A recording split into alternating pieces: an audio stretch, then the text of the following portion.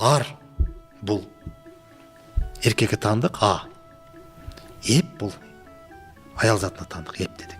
Анан ушул эки тамгадан башталган негизги сөздөр чыгат. Ата, эне деп чыгат. Эненин милдети балага сезимди ойготуу. Атанын милдети балага акылды өрчүтүп, же болбосо жашоону таанытуу. Ата дегенде, мисалы биз илгерки атаңа айтабыз. Атаң келе атат дегенде биз ошол түшүнүп түшүнбөй ошол тыбыштардын ичиндеги күчкө таасирленчүбүз. Кой атабыз келе атат энди. Чоң зор бир улуу күчтү элестетип, ага багынып дейбизби же таазим этип, андан бир мындай бир ыйба тартуучу элек да. А эне дегенде биз бирдеме болсо балдар эмне дейт? Энеме айтам дейбиз. Атам айтам дебейт, энеге айтам. Себеби энеси коргоп берет. Ал мээримге бөлөйт, ал сүйүүгө бөлөйт, баланы эркелетет, балага жагымдуу, ошон үчүн